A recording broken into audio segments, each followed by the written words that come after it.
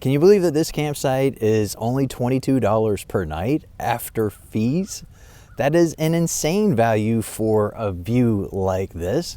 And like every lakeside site here at Jordan Lake, it has a place where I could pull up a big boat while I'm camping. Only I don't have a big boat because I don't want a big boat. It seems like for my friends that expression, the happiest 2 days of owning a boat are the day you buy it and the day you sell it are true. But I can already tell you that that is not true for the Intex Explorer K2. Not by far. I bought it off of Amazon for $106, which is what it would cost to rent a kayak or canoe for a day on this lake. Only instead of turning it back in at the end of the day, I'm gonna let all the air out. I'm gonna fold it up and I'm gonna put it in the back of my sedan where I'm gonna take it home and it'll sit on a shelf in my garage until the next time I wanna take it out and use it. And wait until you see how I can use a kayak just like this.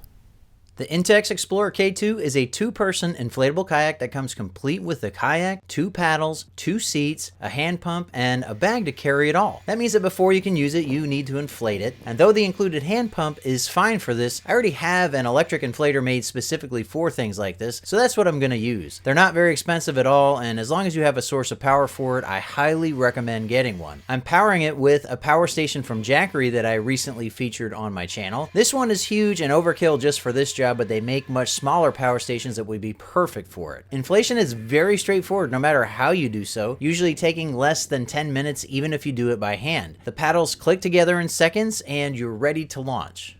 Believe it or not, I'm putting in right at my campsite on Jordan Lake near Raleigh, North Carolina. The campsites are tucked away from the majority of powerboat traffic, making this part of the lake perfect for the Explorer K2. It's not too heavy for one person to carry, but it is on the large side, so if you want to make sure it doesn't drag, you'll either need to portage it on your shoulder or head, or get someone to grab one end.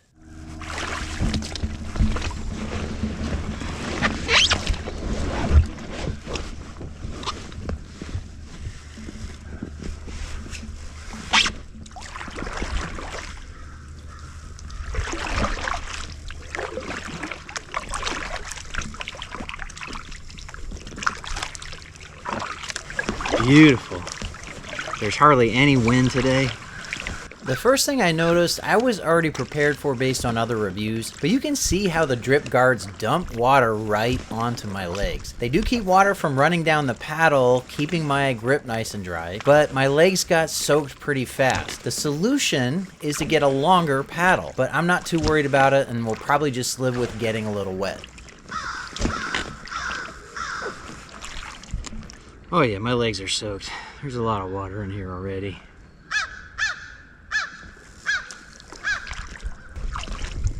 You can adjust these oars in case you have a preference.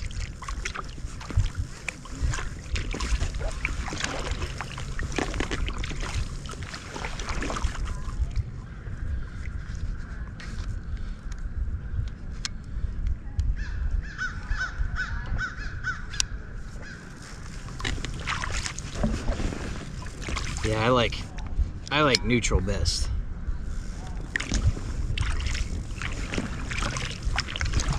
I can see if these were longer, I can see how having these offset could be useful, but with this being so short, the amount of reach that I have to do increases to an uncomfortable amount with the paddles offset. This is much more comfortable. This is not a race kayak. This is for doing exactly this. Getting out and enjoying the peace and quiet of a lake that isn't too choppy, doesn't have a lot of wind. Thankfully, doesn't have a lot of other power boat traffic. I still think the seat could be a little higher in the back. Like if I put my full weight back on the seat, it would still probably fold, even though I have these pretty high.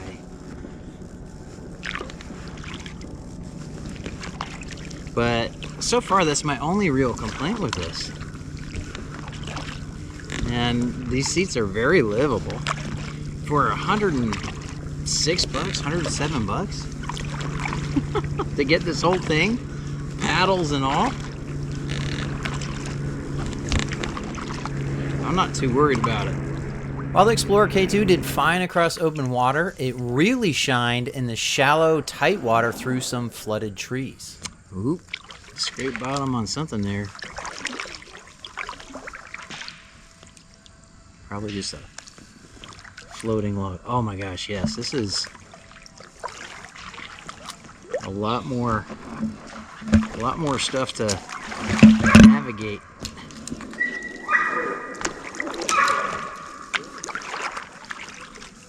At this speed, there's nothing that I'm worried about in the water that's going to puncture any of the compartments.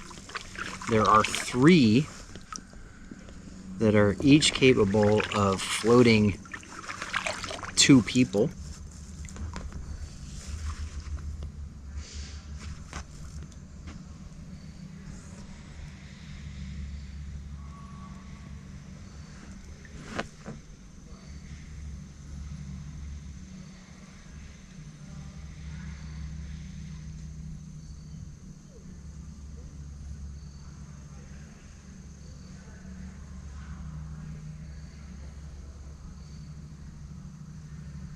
What a beautiful bird. It's amazing to see them fly out here. This is not the boat to get if you are planning to stay dry. I don't think that you have to want to get wet just to enjoy a lake. I mean, that's the purpose of a lot of boats, is to keep you out of the lake. This is going to keep you out of the lake, but it's not going to keep the lake off of you. But this is something I can throw in the back of my sedan. I don't need an SUV. I don't even need a station wagon. I don't need any kind of boat rack. I just need to pump it up when I get to wherever I'm going to be kayaking for the day.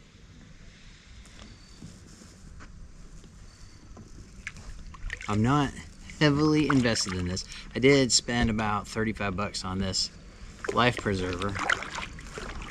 Before you go out and boat around without one because you're a strong swimmer, I don't even want to talk about that being not so smart. I used to do triathlons with crazy open water swims.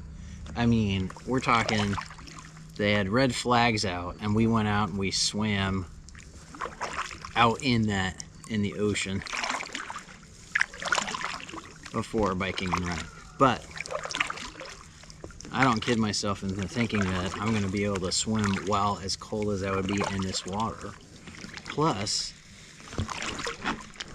a lot of public waters, it's the law. You have to have a PFD for each person, at least in the boat. And if you're going to have one in the boat, it might as well be on your body.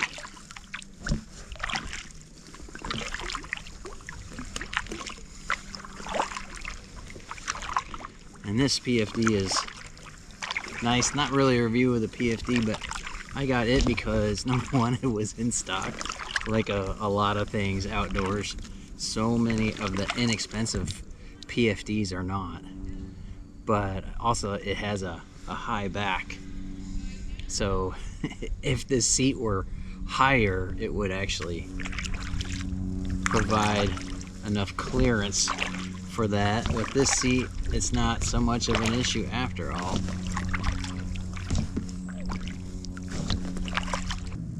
Wow. I really do have this section of the whole park to myself right now, because the campgrounds that are on either side of this are currently closed. This is a man-made reservoir. It was made by the Army Corps of Engineers. And you might have seen these little yellow diamond signs. A lot of this is turned into game lands for the state of North Carolina, but every bit of shoreline is some form of public recreation area. And there are a couple campgrounds, all managed by the by the state of North Carolina, even though they are Army Corps of Engineers properties. And it's just high value all around is the best way of putting it, because sites with no electric are only $22 a night. That's including the reservation fee. Sites with electric are $30 a night, and that's with the reservation fee. And you get sites like what's in front of me right here.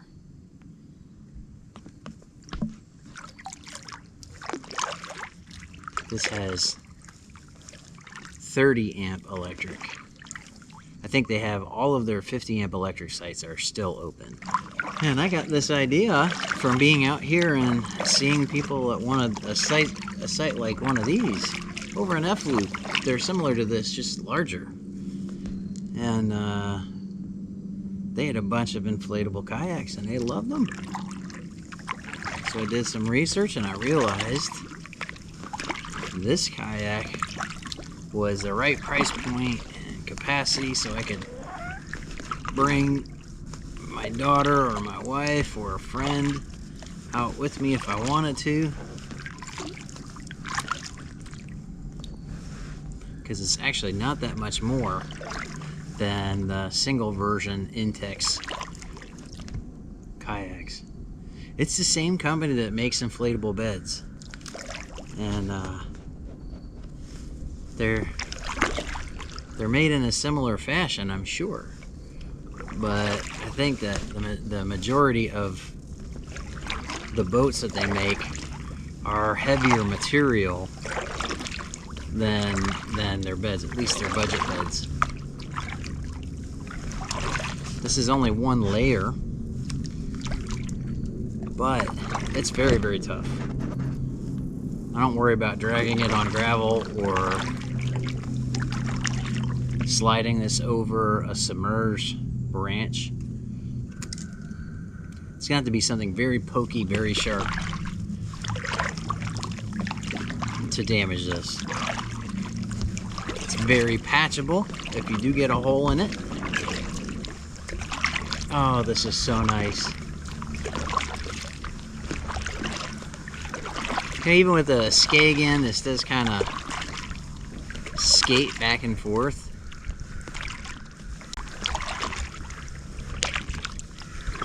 But it's a lot less than if the skeg weren't in there.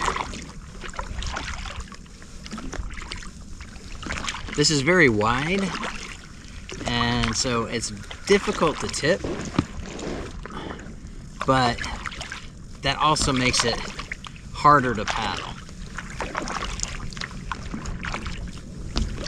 So in the trade-off of stability versus speed, you get stability and you give up speed. I'm gonna get a look at my campsite from the water. Different view of my campsite from my kayak.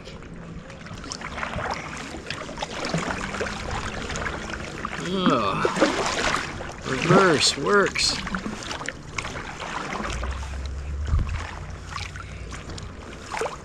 I can't believe that's $22 a night right there. That is fantastic. That's just some of the highlights of a 90-minute paddle, which is all I wanted to do that day. I did much of the same route the day before when it was windier and colder, but even then, I was just in awe the whole time at what I was able to do with a kayak made by a company better known for their inexpensive inflatable beds. If you're expecting the same experience as you'd get from a narrow, rigid kayak of any kind, you might be disappointed. However, if you're like me and simply aren't interested in buying a boat rack, putting it on your car, and hanging a kayak from the ceiling of your garage or whatever, I think you'll be very happy with what the Explorer K2 can do, especially given its price. No cool way of doing this.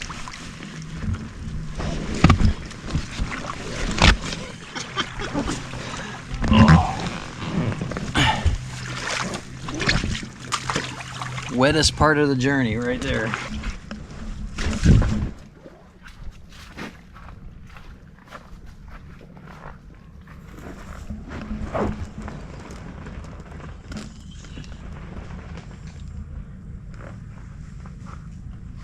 Even after spending a day drying off, you'll still have some water to drain out of the spaces between the sides and the bottom. Intex put a drain plug in the back of the boat that makes getting rid of this water very easy. All that's left is to towel out the last little drop so that the kayak doesn't mold in storage, then deflate it. I'm using my power inflator to literally suck all of the air out, which is ultimately faster and more complete than simply popping the Boston valves and rolling the air out. However, once that is done, rolling the kayak is exactly what you do to prepare it for the carry bag. Dismantle the paddles and place them and the skeg into the bag with room to spare. Speaking of room to spare, the whole thing fits in the trunk of my Tesla Model 3 with tons of room left for my other camping gear. And when I get home, it will store on a shelf instead of hanging over our heads or our vehicles in the garage. This doesn't compete with hardshell kayaks or canoes, many of which are many multiples of the price, but it's not trying to. However, it does exactly what I want it to do. And I don't have to convince my wife that buying a boat is an investment. You know the kind of conversation that I'm talking about. I'm not making light of the fact that $106 is a lot of money for many people, but we're already talking about boats, and I'm talking about $106 in comparison to what you'd have to spend to be able to do what you can do with the Explorer K2. And when you're talking about that, it is not a lot of money at all. The Intex Explorer K2 is one of the top-rated inflatable kayaks for a reason. It is surprising in its ease of use. It is surprising in its construction. And it is surprising in how much of what you probably like about boating that it can give you at its price. In a way, the $106 is an investment because I still have this asset at the end of the use that I would be getting out of that same amount of money renting a boat. So maybe you could have that conversation with whoever else shares a bank account with you that, yes, buying a boat like this is an investment, honey. If you're interested in getting an Intex Explorer K2 for yourself, using one of the links in the video description and pinned in the comments to do so will help the channel. Be sure to subscribe so you can see more videos on exploring places like this with gear like that. I really appreciate you watching The Tech of Tech, and I hope to see you next time.